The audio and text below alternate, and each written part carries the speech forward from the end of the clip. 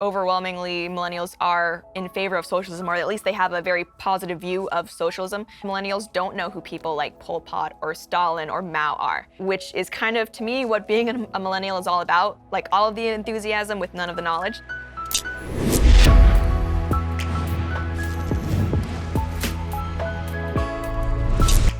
Hey, and welcome. This is the Ben Shapiro Show Sunday Special. We have Chen from the BlazeTV joining us. We'll get to her in just 1 second. But first, I know this is a really awkward thing to talk about, but sex, particularly within marriage, is one of the crucial aspects of a healthy life. And like any other aspect of your health, sometimes things don't work the way they're supposed to. That's not something to be ashamed about. It's something to get fixed. And that's where our friends at Roman come in. Studies show that 70% of dudes who experience erectile dysfunction don't get treated for it, thankfully. Roman created an easy way to get checked out by a doctor and get treated for ED online. Roman is a one-stop shop where licensed U.S. physicians can diagnose ED and ship medication directly to your door. With Roman, there are no waiting rooms or awkward face-to-face conversations or uncomfortable trips to the pharmacy. You can handle everything discreetly online. All you have to do is visit GetRoman.com/Ben and complete a dynamic online visit. Chat with a doctor, get genuine medication delivered to your door in discreet, unmarked packaging. Dudes, just go online, get checked by the doctor. Erectile dysfunction is a problem that guys don't tend to tackle. But with Roman, it's pretty simple. So go take care of it right now. For a free online visit, go to GetRoman.com/Ben. That's GetRoman.com/Ben for a free online visit. Once more,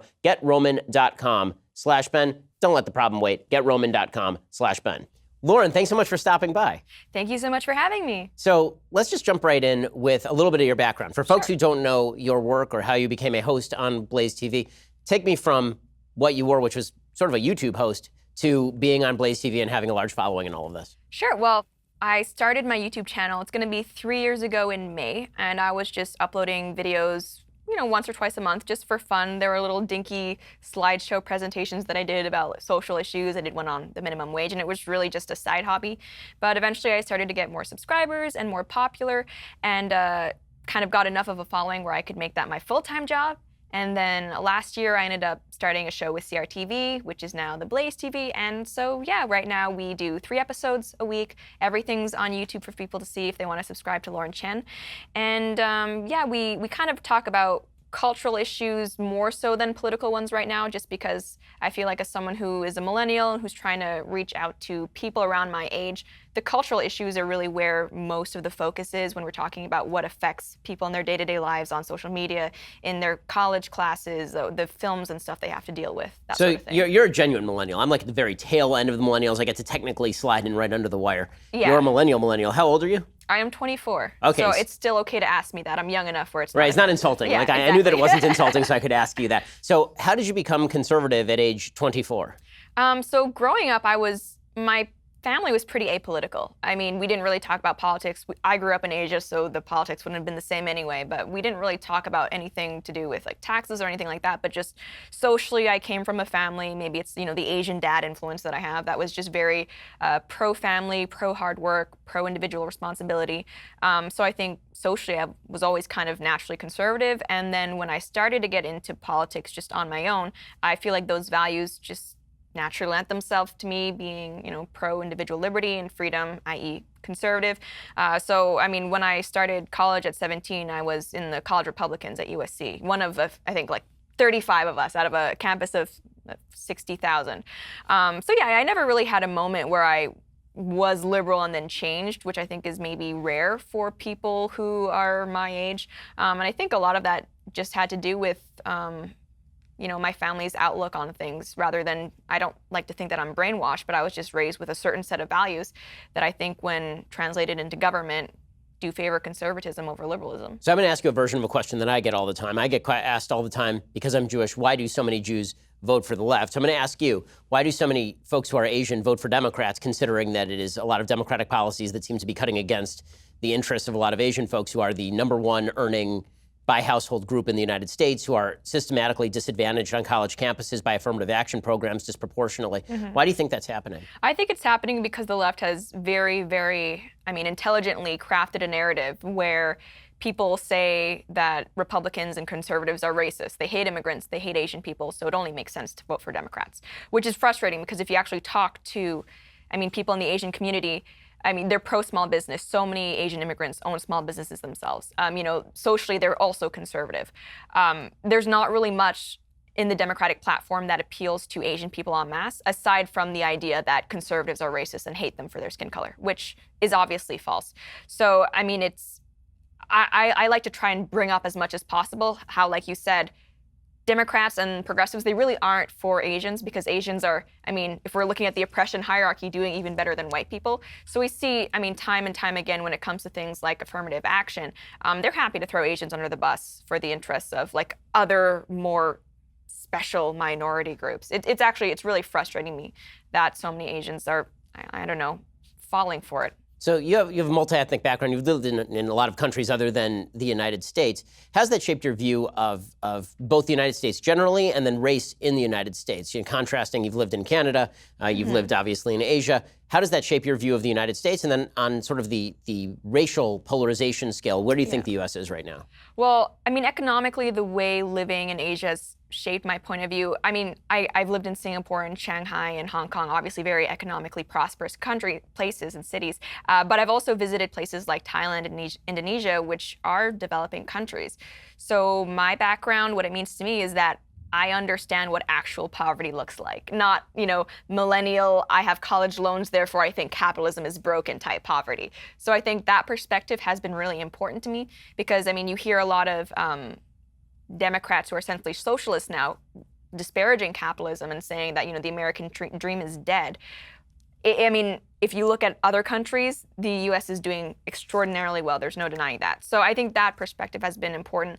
And in terms of race relations, it's funny because, you know, growing up, obviously, I've been mixed race the entire time. There's never a time where I was not mixed race. It's just been part of my reality. It was never something that I really thought about. I never thought it was strange. It was just like, yeah, my mom's white and Canadian, my dad's Chinese. It is what it is. I'm both. The first time I was really confronted with, I don't know, the American interpretation of race was when I found myself on an American campus. And I realized how, although the U.S. is absolutely one of the least racist places I've ever been, and I think, you know, when they do studies about approval rates for things like interracial marriages, it's consistently one of the least racist places in the world. There's no denying that. But it is also one of the places that's most obsessed with race, which is really, really strange to me. You know, for the amount of actual racists there are in the United States, i.e. very few, it seems like we're talking about race a disproportionate amount. So before you were sort of the Pseudo-Intellectual, that's the name of your show, over at BlazeTV, you were Roaming Millennial, so your brand is very tied into the millennials. What is it the millennials are not getting about American politics that so many of them are trending towards socialism and radicalism and intersectionality? Well, it's funny because we've done videos about this. If you look at polls, overwhelmingly millennials are in favor of socialism, or at least they have a very positive view of socialism. But if you actually probe them a little bit deeper, most, or at least a good number of millennials don't know who people like Pol Pot or Stalin or Mao are. So it's funny because like we're very warm toward socialism as an ideology, but at the same time, we don't know anything about socialism as an ideology, which is kind of, to me, what being a millennial is all about, like all of the enthusiasm with none of the knowledge. So I think if we kind of try to break down millennial politics, it's all about trying to do what feels good and what seems fair and righteous, but that's not necessarily backed up in history and economic fact. And I think ultimately it's a failure of education. Millennials don't know enough about the world and the system that they're soon going to be in charge of running, and that's scary. What do you think is the best way for conservatives to reach out? So obviously, we're both speaking to a young audience, a disproportionately young audience. My feeling has been that a lot of conservative leaders have not actually done the hard work of talking about ideas. It's been a lot of sort of follow the leader. Where do you think conservatives can do better? Where is there upside for conservatives in talking to young people? Well, I think if we look at Gen Z right now, they are more conservative than any generation has been in a long time, and I think we really need to capitalize on that. But I don't think we can win the battle of ideas without engaging in culture more than we have in the past. I mean, people like you are doing a great job because without conservative commentators, we have to understand the average millennial, the school that they go to, it's preaching progressivism. The media that they watch, the films and TV series that they watch, it's all enforcing this one idea. So unless we have any media of our own to kind of counter it, then it's just natural that these people are going to end up believing what everyone else around them is saying, which is that, you know, the U.S. is an oppressor, capitalism is evil, socialism is what's fair, et cetera, et cetera. In the future, I think if we actually want things to be a bit more balanced in terms of what children are learning growing up. And I'm not saying that we need to counteract liberal brainwashing with conservative brainwashing, but we do need to try and make school more about learning ideas and critical thinking rather than just feeding them regurgitated talking points. One of the things that I've found is sort of a gap between young conservatives and older conservatives is on the issue of President Trump. So it seems like a lot of older conservatives are very much believers in everything that President Trump does. They've decided in many cases that his foibles and his personality quirks, to say the least, that those are secondary to his promulgation of policy. And they don't seem to understand that President Trump is deeply unpopular among young people. How do you grade President Trump so far, and what's the best way to talk about President Trump to young people? I like President Trump a lot, and I'm not going to try to make excuses for everything he's ever tweeted. I would hate that job. I mean, I don't know how the people in his press office do it. Thinking about it just gives me anxiety. But I think he's done a very good job in terms of what he's promised and things that haven't been delivered upon, like healthcare reform and the wall, for example, I don't see as exclusively his fault. So overall, I'm a big supporter, and I think when it comes to trying to talk about him to young people, it's about trying to strike a balance between, all right, do you want someone who has all of the ideals that we wish Trump had, but is ineffective and get nothing done policy-wise, or do you want someone who, for all of his faults, is doing more to progress a conservative agenda in government than anyone has in a long time? And it's not a perfect choice. It's not the best choice that I wish people had, but it is ultimately the situation that we're in. And I think when we're talking to young conservatives, I found that they like President Trump because he's not afraid to tackle things like the mainstream media. I mean, I'm not saying he does it with the most nuance and tact, but he's at least not afraid to talk about it. He's not afraid to talk about things like trade deals or instances where the U.S. is maybe, I'm not sure being taken advantage of is the right term, but maybe not having a fair deal. And ultimately, I think young people do appreciate that he's willing to engage in meme culture.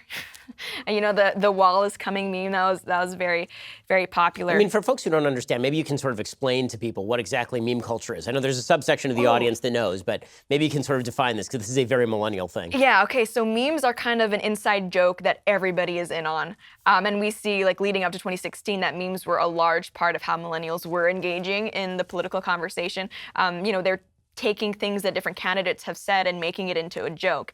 And to a lot of people who are like, no, we need to focus on policy, blah, blah, blah, that may seem immature and childish, which I'm not saying that it's not, but it's a way that people are able to, feel more a part of the conversation and to engage and to make it into almost like a joke or something fun that people can get interested in. So it's not exactly the highest form of political participation, but it is something.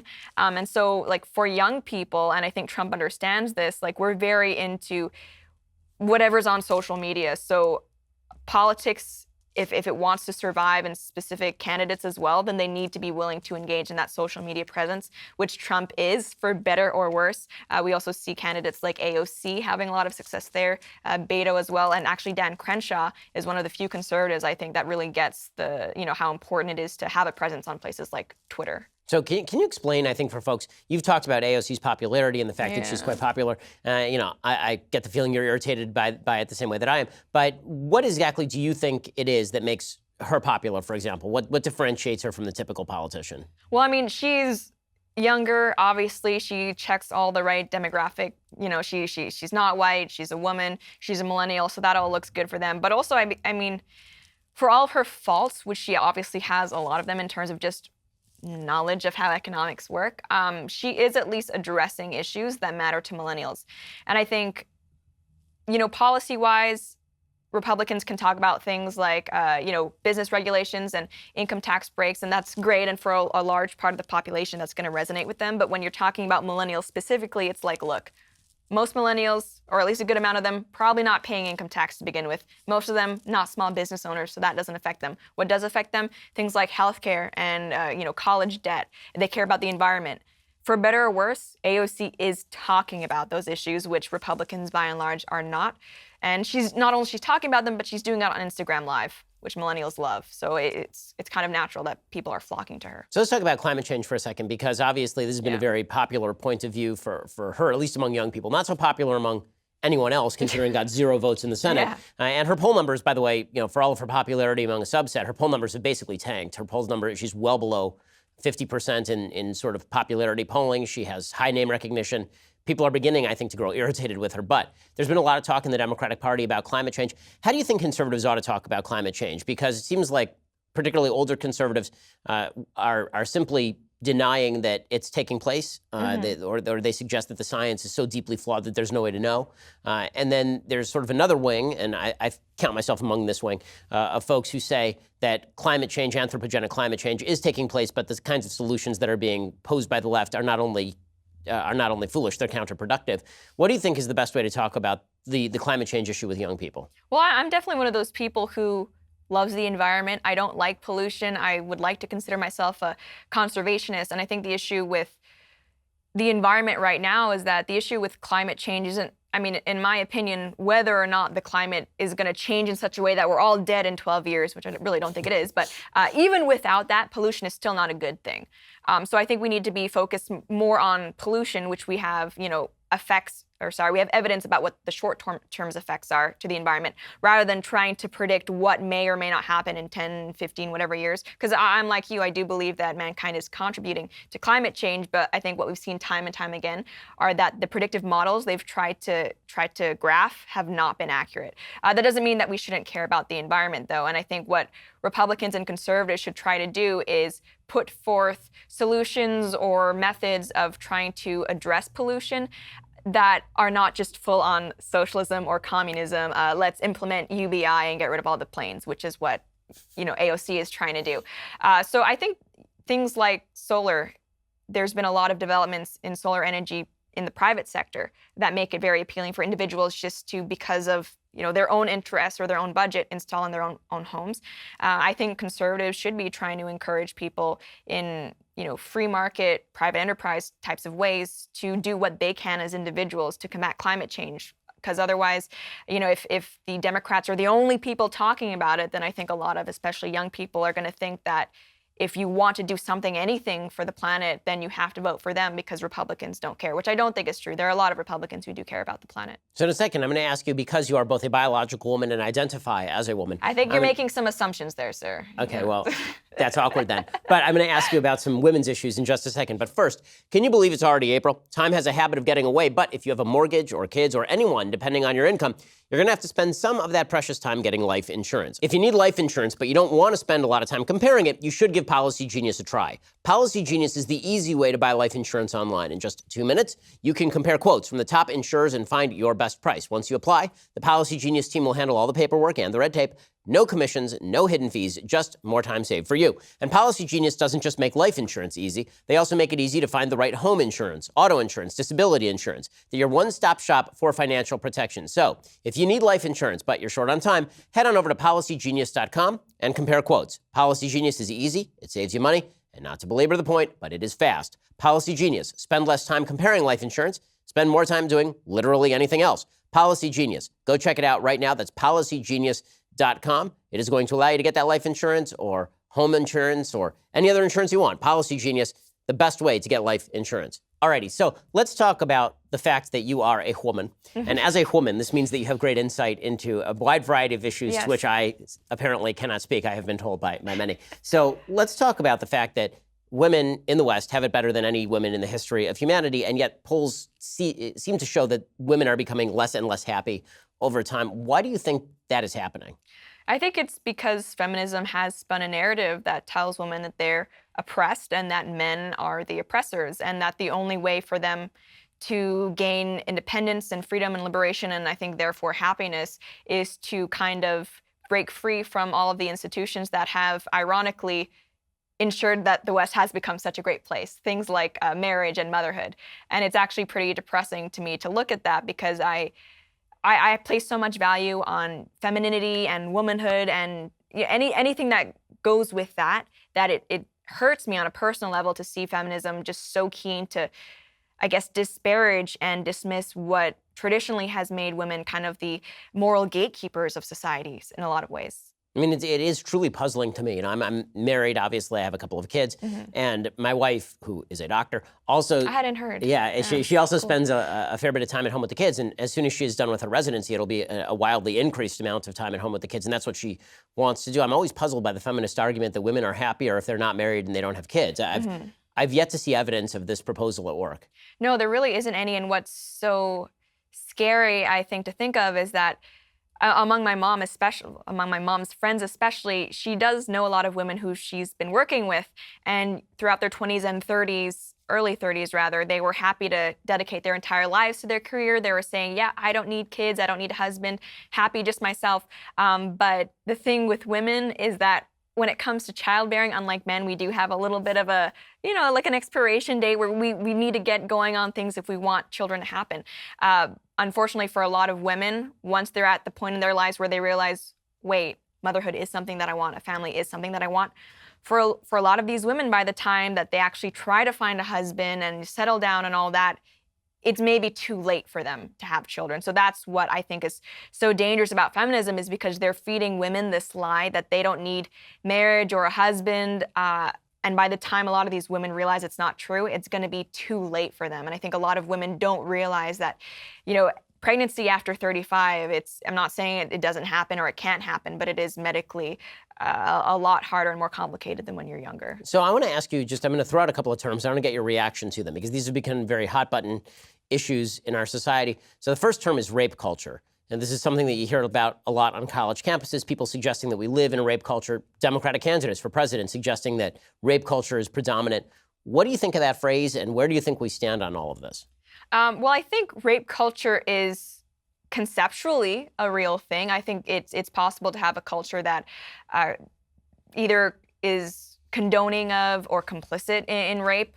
I don't think that's Western culture, though. I mean, if I were to think of what rape culture is, honestly, Sharia law seems a lot more close to that, where women can actually be punished for being sexually assaulted, which is obviously not what Western law is about.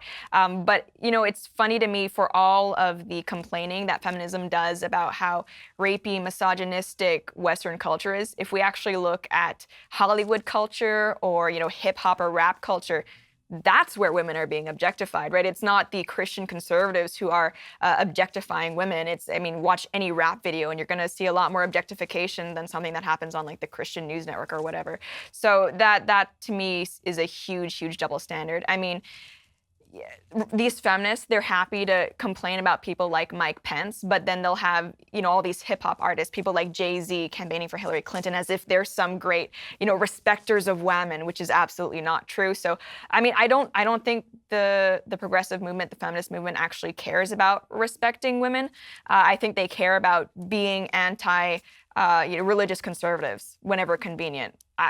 If I were to choose a place where I would feel most uncomfortable as a woman alone, it would probably be the streets of, I don't know, any liberal part of California, rather than, you know, a suburban place where people are by and large conservative. I mean, this is one of the things that has always puzzled me about the left's claim to be great defenders of women, is the same people who are against concealed carry, which seems to me the only way that women in many cases can even the odds against men who are trying to target them. And the left will similarly suggest that women should simply ignore realities of life. So if you are in a riskier situation, or you put yourself in a riskier situation, you are therefore more at risk. That is not to justify the activity of evil men, but if I'm to walk in a high crime area waving my wallet around, that would not be a wise move, even if the person who robbed me is morally responsible for that. If you say the same thing about getting drunk at a bar and going home with a guy, then this is considered sexist in some way. And frankly, I don't understand the argument or how this protects women. No, it doesn't at all. And I think the mistake that they're making is that and they really do act like this, that men who are rapists just don't know that they're rapists, right? That's why they have all these courses on college campuses, the don't rape courses, as if you could take like an 18-year-old male who for some reason thinks it's okay to rape and just tell him, oh, by the way, it's not. And he would be like, oh, I didn't know. Well then, there goes my evening plans. Like, right? This is a problem that goes deeper than that. So, I mean, telling a woman that she shouldn't need to defend herself because we'll just tell men not to rape is like saying, oh, well, there's no point in locking your doors because people shouldn't be robbing you. Obviously, people shouldn't be robbing you, but that doesn't mean that you don't try to protect yourself. And this unwillingness on the part of the left to take I mean, to be proactive in terms of protecting themselves, I think is also why they're so misguided on issues like the border and border security.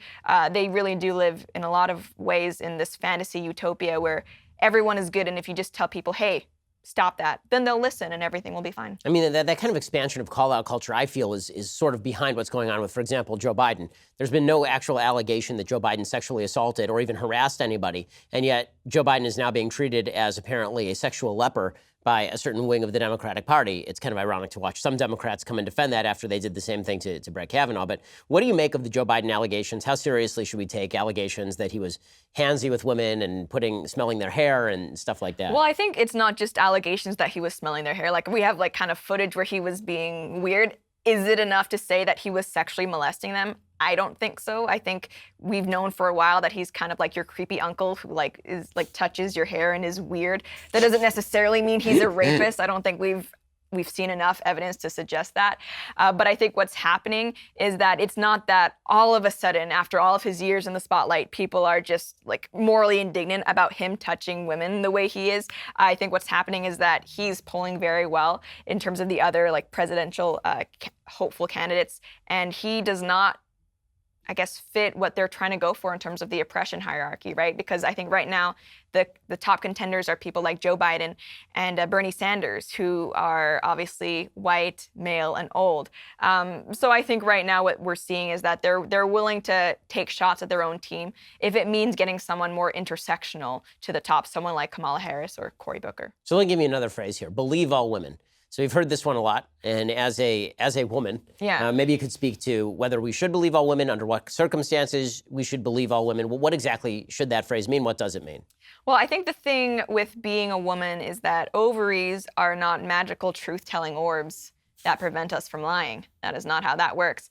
And I think a lot of where the believe all women type of thing stems from is that if someone comes to you and they claim that they're a survivor of rape or assault, you want to provide them with like comfort and care and et cetera, et cetera. Don't say that they're asking for it or whatever, which of course is true. If someone were personally to come to me and say that something terrible had happened to them, I would want to comfort them and on a personal level, be there for them, offer them assistance, whatever they needed. But when we're talking about a court of law and not just believing someone's own personal experience that something bad had happened to them, but then taking that allegation and saying that someone is guilty of assaulting another person, that's a different story. And I think when we look at what happened with the whole Brett Kavanaugh thing, no, a woman's statement is not enough to completely ruin a man's career or life, because the thing with Western culture is that we take rape seriously.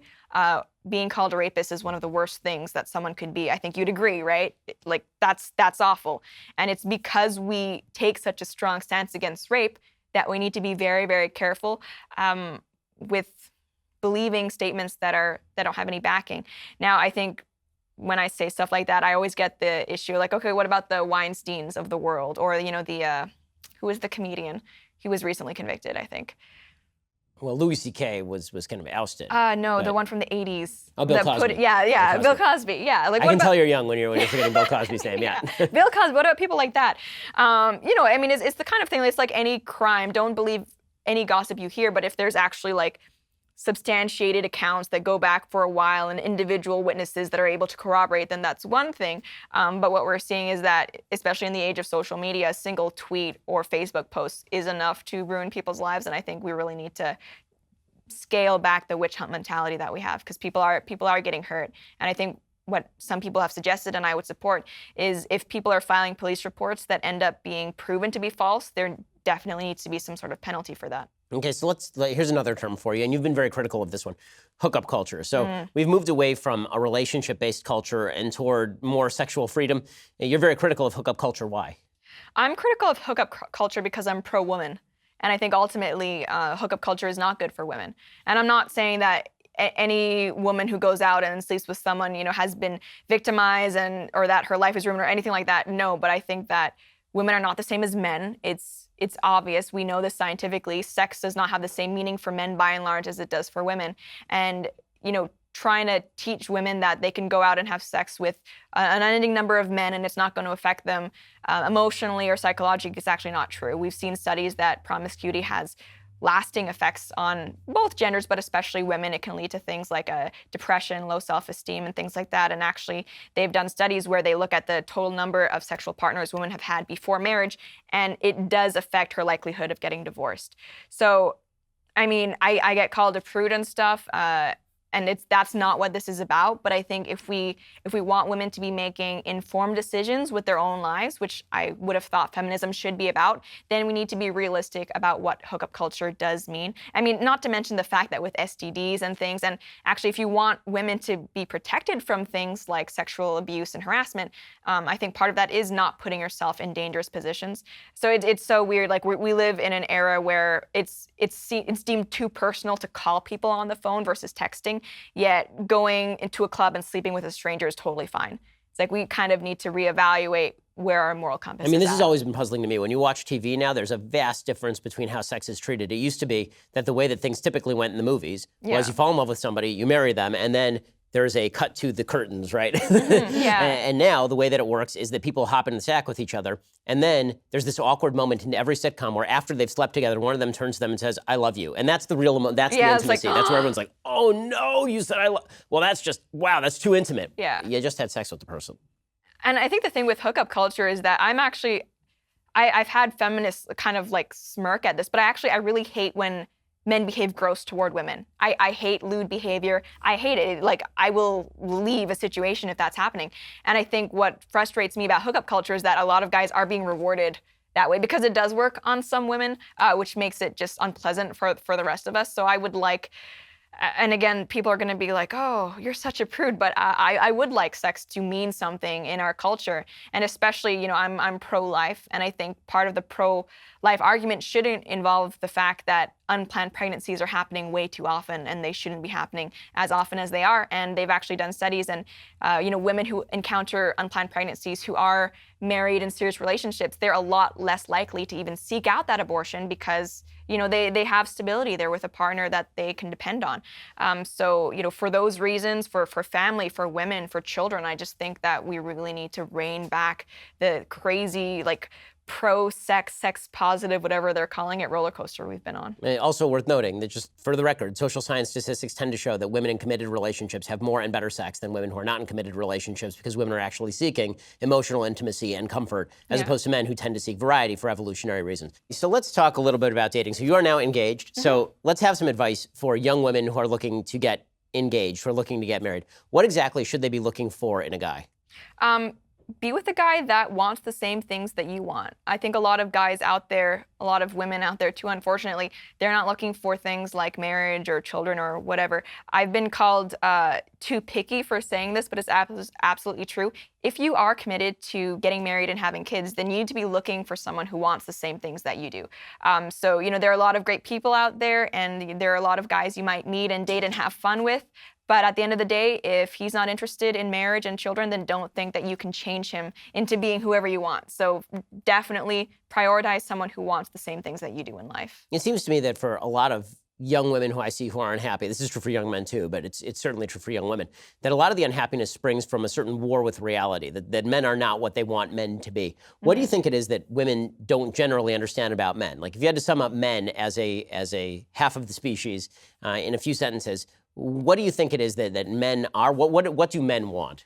I think men ultimately, and this is probably not true for a good number of men who have, like women, been influenced by third wave feminism, but men traditionally have wanted to be protectors and providers for their families. So I think ultimately a lot of women my age, we look at men and we might see that kind of behavior as, I don't know, belittling or benevolently sexist or things like that, which is too bad because I think relationships work best when people aren't the same, but rather when they complement each other.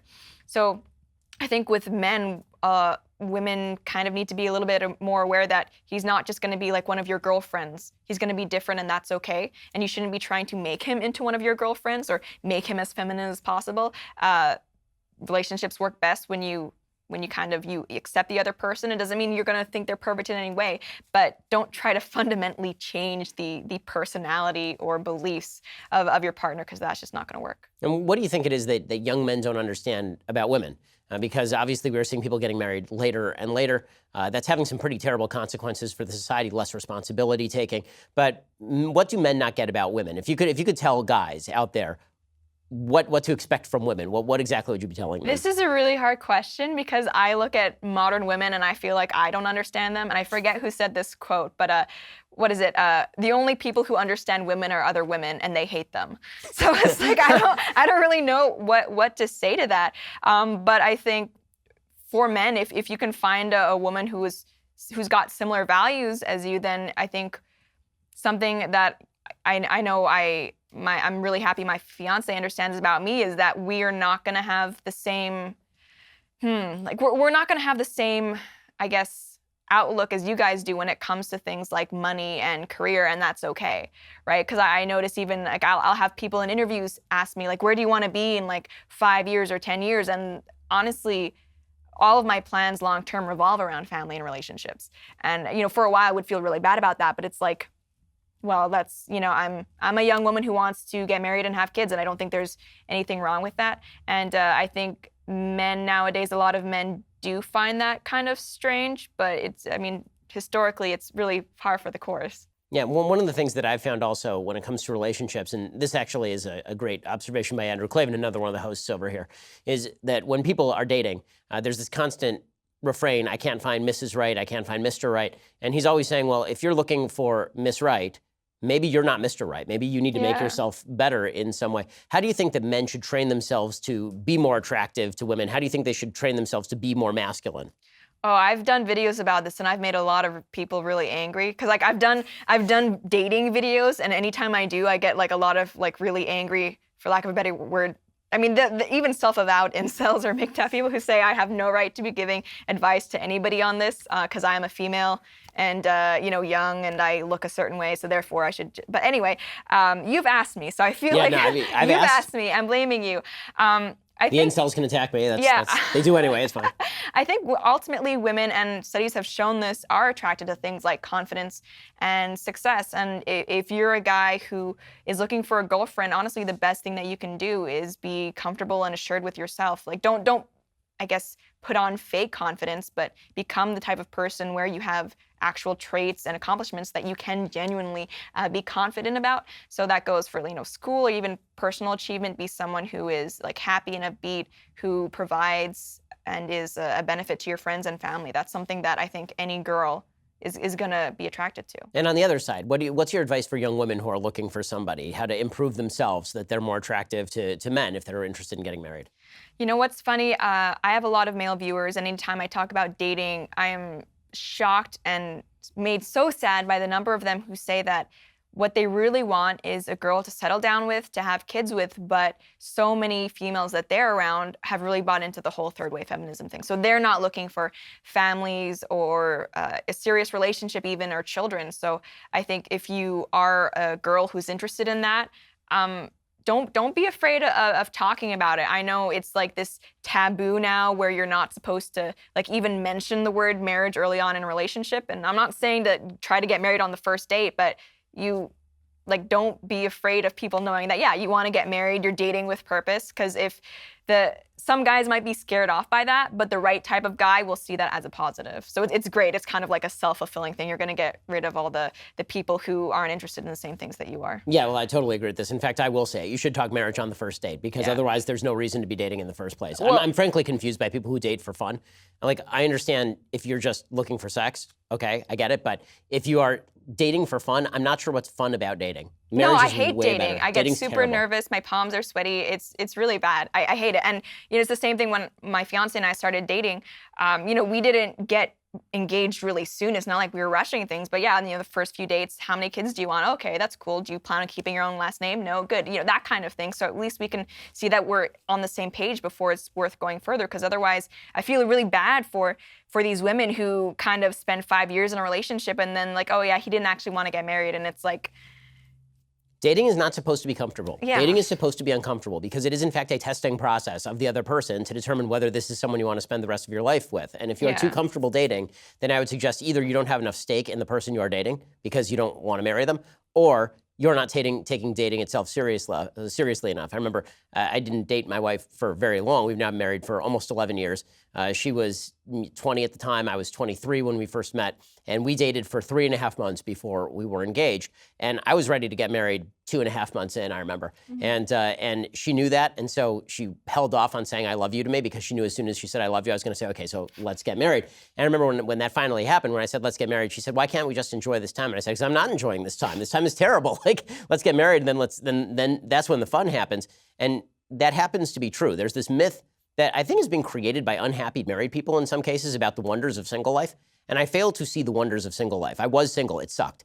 Being married is much better. Yeah. And I think part of the reason why people are kind of delaying marriage or even not getting married at all is because marriage used to mean something, right? I'm excited to get married because I want to live with my husband/fiance. I want that. That's going to be fun. I want to be able to have kids. But nowadays, I mean, people are living together without being married. People are having kids without being married. So from that standpoint, they're like, well, why bother to get married? And it's like, well, because there is still something special to marriage. And I get a lot of, people who are cohabiting that get mad at me when I say that. But if you look at the abuse rates of cohabiting couples, and not just that, but the, I guess, like rates of staying together of cohabiting couples, it is not a synonym for marriage. At all. There is a difference. Well, that's right. I mean, once you've actually put some skin in the game, which is what marriage is, that's a very different thing. Cohabiting is still leaving the window open in case you feel like climbing out in the middle of the night from my generalized perspective. Not true for every specific, true in general. So let's talk about your religious background, because you used to be an atheist, now you're a religious person. So what's your religious background? So I grew up in sort of like a Christmas, Easter Catholic household. I mean, I would have said that I was Catholic. I went to Bible studies when I was a kid. I drew like crayon Jesuses. I have memories of that. But ultimately, like, I can never remember like really having any deep religious thoughts or spiritual thoughts. And that was kind of me younger than growing up. When I was 13, I remember I started this like angsty atheist phase. I was reading like Richard Dawkins, and I just thought I knew better than everybody. Like, oh, all of these religious scholars from like thousands of years ago, they don't know what I know. Okay. I'm a 13-year-old atheist, so pretty big deal. So that was me, and I really thought that I knew better than everybody. And I was quite obnoxious during those years, but as I got older, I started to be interested in philosophy a little bit more. So I started reading people like Plato and Aristotle, and it's funny, I actually became sort of a deist before I circled back to Christianity at all. But, theories like the theory of the cave, unmoved mover, it made me start questioning things. And it's not, there's this belief that if you're religious, you're anti-science. I'm not anti-science, but I think ultimately science is the how, but not the why. We can believe in the Big Bang Theory, but still think, okay, well, then what was the catalyst for that? Then what was before that, right? Because ultimately, science is not, it's not a system that can explain to us anything qualitative or explain why. So I started to be a little bit more open to the idea of a creator God. And then as I got a little bit older still, I started exploring things like, St. Aquinas, and I got more interested in the Bible. And what's interesting about Christianity is that if you believe in the ultimate good, like the theory of forms, which is a big part of my like philosophical belief even now, you can't help but recognize that human beings or the world around us, we fall short in so many ways of attaining that perfect, that ultimate good. Christianity, and really, it's the backbone of, I think, all Abrahamic religions. They recognize that fault and they try to find a solution to it. Like, why are humans falling short? What can we do to become perfect? Because ultimately, the trouble that I think a lot of atheists have is that they recognize that we aren't perfect, that society isn't perfect, but they don't have an answer for it. Right? Oftentimes the answer is, okay, well, maybe more government, that will make us perfect. Or, maybe this medicine, this drug, then will be perfect. They're trying to find all of these solutions. But I think ultimately Christianity for me is the only philosophy or theology where I can say that makes the most sense. And so that, when I was 16 or 17, I became a born-again Christian. And I think since then it's been, you always try to grow in your faith, but it's a struggle. You go back, you go forward sometimes. And for the most part of my channel, I never really talked about being a Christian. And I only really started talking about it fairly recently because I realized that there are so many people out there, and this is kind of depressing, who have such a negative view of religion or religious people. And the United States, or the West in general, is still a majority of people profess some sort of religious affiliation. But if you were to I guess, judge things based off of YouTube or Twitter comments, you wouldn't know that. You would think they're the minority and that everyone's an atheist. So for me, talking about things like religion, spirituality, or faith, it's a way to try and at least, this is going to sound weird, but normalize it, because there are so many young people, millennials especially, who have had no exposure to any type of religion. So they're very much of the belief that religion is bad, religion makes you stupid. If you're religious, that's because you've never opened a science book, like evolution exists, checkmate, theists, that kind of thing. So that's what I'm trying to push back on. I really like that you talk about your faith as well, because no one can call you stupid, right? I mean, people can call you wrong, but they can't call you stupid. Well, they try anyway, but thank you. I appreciate that. So you're obviously, self-educated in a lot of ways, and it sounds like you did a lot of reading on your own. What would be your reading list for somebody who's looking to become educated about politics or philosophy? Ooh, that's a hard one. So I think if it comes to something like philosophy, then I would recommend reading The Republic. So that my moniker for my channel used to be like Philosopher King, because that was kind of like a joke. But actually, if you read The Republic, it's quite almost like totalitarian in nature. So I wouldn't advocate that. But I think like the Platonic idea of like happiness and justice is something that I find really interesting. And if we look about how do we achieve happiness, which is what our culture is struggling to do in so many ways, we've gone down the route, I think, of hedonism and nihilism. But if you look at the ancient Greek philosophy about how we can achieve justice or meaning or purpose, it's by fulfilling our roles. And so in my own personal life, that's what I find has given me the most meaning, right? I look at all of my roles and I ask myself how I can fulfill those better. My role as a fiance, my role as a daughter, my role as a Christian, as a show host. And to me, that is something that I can find meaning in. So there's that. And I think, let's see, 1984 is a really good one that I think is pretty topical. That it's funny, when I was reading that in high school, I thought like, okay, well, this is stupid. I don't see the point. But I think it's becoming more and more relevant.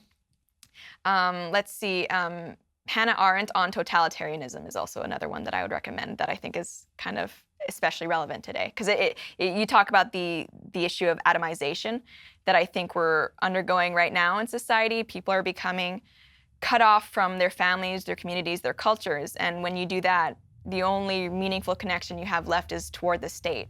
And I think that's the problem that a lot of millennials have. They're not really engaged in their real life. The only meaningful sense of loyalty they have is maybe to some unseen government or state benefit program. And I think that can lead us down a pretty dark path. So let's talk about culture, because you're obviously engaged with the culture. So I'm just going to ask you about some of the stuff that's out there right now. You're apparently like an award-winning Game of Thrones quiz champion. Yeah, according to QuizUp, I am. Wow. Yeah, that's quite the award. I get a little banner on my QuizUp app now. What were you? You were like #1 in Utah? Yeah, pretty big deal. Are you the only person in Utah who watches Game of Thrones? There's like several other people, I feel. Okay, that's good too. Okay, so where is it going this season, and how are you feeling about the last season? Okay, I really didn't like the last season. I think there are huge pacing issues. I mean, season 1, it felt like it went on too long, but then by the last seasons, like people are going back and forth between Westeros and Essos in like a single episode. It didn't make sense. That's because the showrunners, like, they weren't into it. They want to get onto new project, but that's a whole thing. So ultimately, I think Jon and Dany are going to get together and have a baby. There was some major heavy-handed foreshadowing that she's not actually barren, so I think that's going to happen. I'm still hoping that Daenerys is going to go like evil queen route, like the Mad King, and need to be killed. That's what I'm hoping for, because I'm not a fan. I hope that Tyrion or Jon Snow ends up on the Iron Throne, but I'm not too sure of that. I'm pretty sure Tyrion's going to have some like epic but depressing self-sacrificing moment that might leave Jon Snow. Arya, not a total fan of, couldn't really be fussed either way. And let's see what else. I hope that Jaime finds redemption, because he's someone who I actually really like as a character now, which is funny because the way this show started out, was not a fan. Yeah, no, he's definitely, he will find redemption. He will end up killing Cersei. Yeah. Right, obviously. I mean, they're foreshadowing too heavily that it's going to be him who kills her. Yeah, do you ship him and Brienne? It's kind of fun. Yeah. I mean, like, yeah, I guess. I don't really care about that, is the truth. I like Brienne, I like him. I don't really care if they're together at all. Also, he's definitely going to plot, so he's going to die. Yeah. That is coming. My great fear is that this will end with the Republic, which would just suck. That it'll end up being that Jon will have to recede into the West because he's died before and he can't actually be on the Iron Throne. And that Tyrion, who, by the way, is terrible at everything. I mean, let me just point out, Tyrion is the worst advisor in Westeros. He's a garbage advisor. He was a bad advisor to Cersei. He was a bad advisor to his father. He was a bad advisor to Daenerys. And now he's a bad advisor to Jon. Like, he's a terrible advisor every way around. And he keeps saying that he says smart things and drinks. I'm only seeing the drinking, I'll be frank with you. So if Tyrion ends up on the Iron Throne after all this, I will be quite disappointed with that. But you know, there's not that much time left. So honestly, my big question is how they even fill the rest of the time. Because it feels like there's climactic battle with the White Walkers that is coming. Yeah. You could probably knock that out in an episode. And then the only thing I cared about was all the non-magical stuff. Actually, it's kind of ticked me off that the show has moved into too much magical stuff and not enough of the politicking, which I always thought was interesting. Yeah, well, they have the battle with the White Walkers needs to happen. There's also the battle with the Iron Islanders that also needs to happen. So Yeah, no one cares about that. yeah, I really don't. Also, like, when did Cersei? Everyone's doing stupid things. They got rid of all the smart characters. This is my main Oh yeah, and problem with the Cersei's show. pregnant. She's pregnant again? She's pregnant again. Okay, well, that's fine. But they keep killing off all of these smart characters. So I was a big Tywin fan because Tywin actually thought before he did I was stuff. a big Stannis fan. Right, until he turned child I sacrificial. know, which was like total character flip because he was Correct. the only one that cared about his daughter. And also, he definitely had the best actual legal claim to the Iron Throne. So Yeah. there's that. We're both INTJs. Yeah, that's I did a quiz, exactly. yeah. That's exactly right. So yeah, and finally, Cersei is not clever. Man, and then they got rid of what's her face, the old woman, the Olenna. Oh yeah, Olenna Tyrell. Yeah, they got rid of all the smart characters and they retained all the dumb ones, and so it's going to be dumb people doing dumb things. And Yeah, that's how I feel about Sansa. I'm really not invested in her character. In no, any way. and by the way that they took out Littlefinger at the end of last season. Yeah, it was. That was your trick. Yeah. He's the smartest guy in Westeros, and you took him out with like, you were hiding in the shadows. That's how that You worked. called a meeting and then he came. Checkmate. Boom. Yeah. Okay, so now I have to ask you about Avengers: Infinity War. So that is coming out in the next Endgame. Thank you. So where is Endgame going to go? Okay, well, we know from whose contracts have been renewed and whose hasn't. Well, they already announced another Spider-Man movie, so shocker. Black Panther. I mean, yeah, he's gonna come back. Chris Evans, Iron Man. I don't think they're gonna make it. The Hulk. I've not been thrilled with the storyline either way lately, so I couldn't care less. I'm interested mostly to see how big a role that Captain Marvel is going to play, because this is maybe like tinfoil hat conspiracy stuff, but the rumors have it that Marvel actually ended up filming 2 different versions of the movie depending on how her movie was received. That would kind of dictate how big a role that she has. I don't know if that's true, but that's just what people on the Reddit have been saying. So that movie ended up doing pretty well despite I didn't see it. Have you seen it? I did see it. Okay, A lot of people were evaluation. angry that I saw it, but I did see it. It's okay. It is okay. Like, it's not the worst thing ever, and it's not some sort of like long intersectional feminist ode to how awful straight white men are. I mean, it's not none of that girl power messaging, but it's okay.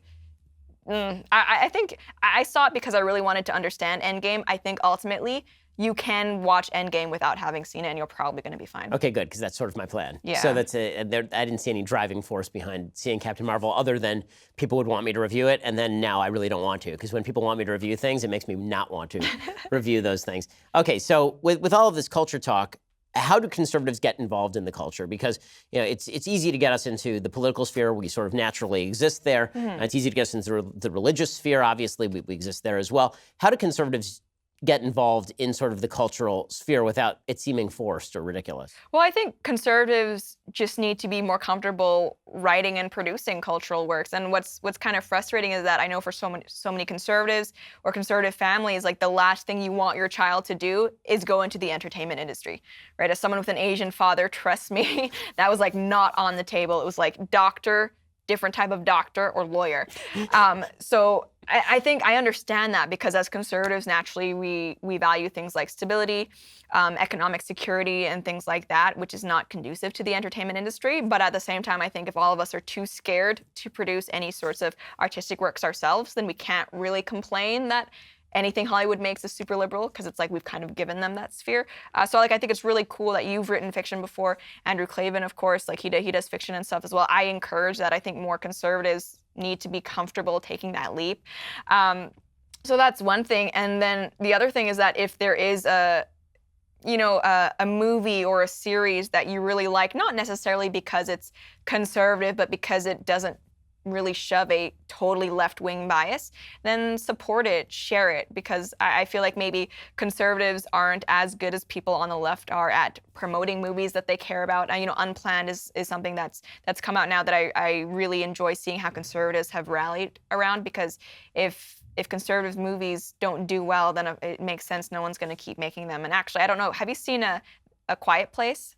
Yes. Yeah, so that's the movie that I really, really enjoyed, and even my fiance, who is notoriously hateful of anything Hollywood makes, had to say, yeah, that's a pretty good movie. And it's not even something that's explicitly conservative. And both of the actors, John Krasinski and his wife Emily Blunt, they're not conservative or anything by any means, but in that movie it portrays a father and a wife, and the father takes care of his family, and the wife kind of fulfills that nurturing role, which and it's an inherently pro-life film. It is. Right. It really is. So that's another thing where it's like, yeah, that was a good movie, and no overtly liberal or feminist messages. Yeah, let's support that. That's one area where it seems like millennials may be moving in a more conservative direction on abortion. Do you feel that?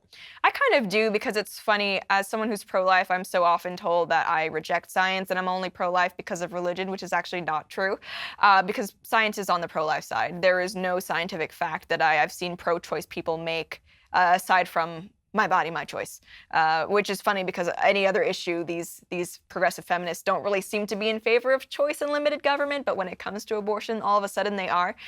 So science and biology is very firmly on the side of the pro-life people, and I think the more we educate people on fetal development and things like that, the more we can kind of drive home the pro-life side of things, because frankly, I don't think you even need to bring religion into it to make a pro-life argument. You really, really don't. And I'm someone who, I never really thought of it much, but I didn't have a problem with abortion before I started learning about biology and just how quickly things like the heartbeat, the brain system and everything forms. So that's something we need to get better at communicating. Well, that is one area where Unplanned really does its heavy work. There's really, all you really have to watch is the one scene where they actually show an abortion in progress in Unplanned. And then that's why it earned an R rating. Matt Walsh made a great point about this. He said, if they'd been showing a gallbladder surgery, that's PG-13. Yeah. So obviously, even the critics and the censors who are deciding how to exactly to rate this thing, they wanted to rate it R because they recognized there was a moral value to what was happening on screen. So let's talk. You mentioned briefly before sort of the censorious nature of the internet left. You've had to deal with some of that. Yeah. Have you dealt with the left that is come after you in particular, and they've come after you in some peculiar ways? They've suggested that because you've interviewed some fringe figures that somehow this makes you fringe. How do you determine who it is that you are willing to give a platform or interview yourself? Yeah, well, I think for me is that I'm interested in huge cultural movements. I've interviewed Richard Spencer before at a time when, by the way, they don't really bring this up, but Richard Spencer had already been on CNN and Al Jazeera before he was ever on my platform. So let's make it clear, I was a YouTuber with maybe 100,000 subscribers. So if anyone was giving anyone a signal boost, it was not me giving him a signal boost. But I think the thing is, I'm someone who, if someone has a huge movement behind them, I think they are worth listening to, if at least for understanding them. I would love to be able to interview someone like Tariq Nasheed or Anita Sarkeesian, these far left figures. The thing is that they don't really seem very keen to engage. And I know you've had a problem with that, trying to get someone to debate you or just engage discuss with would you. Be fine, yeah. Yeah, discuss even. A lot of people who are on the far left don't want that. So personally, I don't think we can combat an ideology unless we understand it. And there was, I think, Dinesh D'Souza, he made a video about, or he did something on the alt-right, and he actually interviewed, I think, Richard Spencer, and he came out that, yeah, Richard Spencer is a socialist, essentially. He is a white nationalist Bernie supporter. And I remember when that came out, everyone was like, oh, what? He's not actually on the right? Like, what? And I was like, I interviewed him like a year and a half ago, and we talked about the same thing. Like, I've known this for a long time. And I think one of the reasons why the left especially doesn't want us understanding the alt-right is because the alt-right, they're essentially white Black Lives Matter. It's the same racial identitarianism. So seeing that, the similarities that they have doesn't make their side look very good, and it especially doesn't make them look very good when they're trying to blame us for creating the alt-right. So yeah, when people say that kind of stuff, 9 times out of 10, they haven't actually watched the interview. I say in that interview that I'm not a white nationalist. I don't agree with you.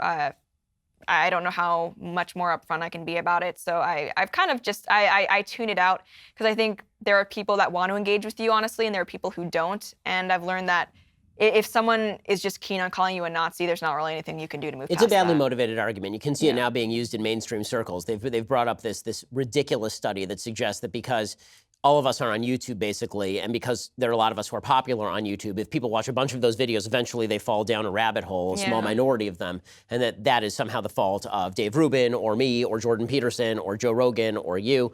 And that's really an attempt to just fringe out anybody who is having conversations in any way, even critical conversations that need to be had. And more importantly, they don't care about fringing out Richard Spencer, who's fringed himself out. They care about fringing out mainstream popular figures who happen to be heterodox, because Jordan is not necessarily conservative. Joe Rogan certainly is not conservative. Dave Rubin is a classical liberal, as he likes to call himself, and yet there's this move to try and shrink the Overton window so that everybody who is not a Hillary Clinton supporter or Barack Obama supporter is outside that Overton window now. Yeah, and that's what's frustrating to me is that, I mean, like with the whole Christchurch thing, everyone was going after the right wing. Because it's hashtag not all Muslims, but it is hashtag all right-wingers, conveniently. And they spend a lot more time demonizing figures like you or Jordan Peterson than the actual white nationalists. And that's always so funny to me, is that, I mean, let's say for some, whatever, we can say that, you know, this Orthodox Jew is leading people toward the alt-right. Wouldn't that still lead you to criticize the actual alt-right more? And they just don't. I don't know why that is. If they find these ideas so repugnant, then shouldn't you be actually criticizing the people who are espousing them, taking apart white nationalist arguments, not just conservative arguments? But they really don't spend any time doing that, which is, I mean, you and, you know, Michael Knowles with his video for Prayer, you guys have spent more time denouncing the alt-right than they have, like the actual alt-right. Yeah, no, it is pretty amazing. And Jordan, too. I mean, there are a number of us who have spent an enormous amount of time fighting white nationalism. But if there's a convenient way to fight back against people they don't like, then they will use any club at their disposal, and it really is fundamentally dishonest. Okay, so I do have one more question for you, and we'll get to that in just 1 second. But first, you actually have to be a subscriber. If you want to hear Lauren Chen's answer, and I'm going to ask her about Canadian politics because she has some fluency with handsome Bernie Sanders, Justin Trudeau, you have to be a Daily Wire subscriber. To subscribe, go to dailywire.com, click subscribe. You can hear the end of our conversation over there. Well, Lauren Chen, thank you so much for stopping by. I really appreciate your time. If you want to check out Lauren's stuff, then head on over to the BlazeTV where you have a show, Pseudo-Intellectual. Lauren, thanks so much for stopping by. Thanks for having me.